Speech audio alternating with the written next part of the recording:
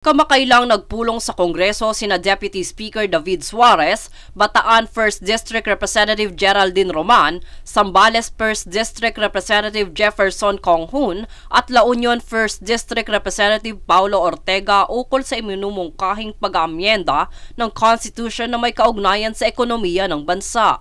Ang nasabing talakayan ay ukol rin sa kanilang tugon sa ipinahayag ni election lawyer Attorney Romulo Macalintal na hindi maaaring matuloy ang plebisito sa pag-aamyenda ng Constitution kasabay ng midterm election.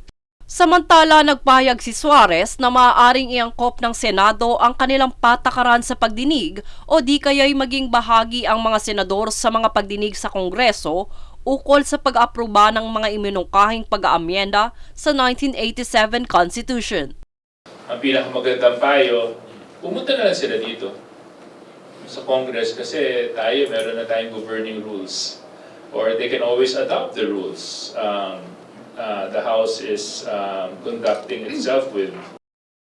Sa kabilang banda, sang-ayon naman sina Roman at Suarez ukol sa komento ni Macalintal na magiging unconstitutional ang plebisito kung isasabay ito sa 2025 local congressional election. Kung kaya't mungkahi naman ni Roman na magkaroon ng ibang petsa para sa plebisito.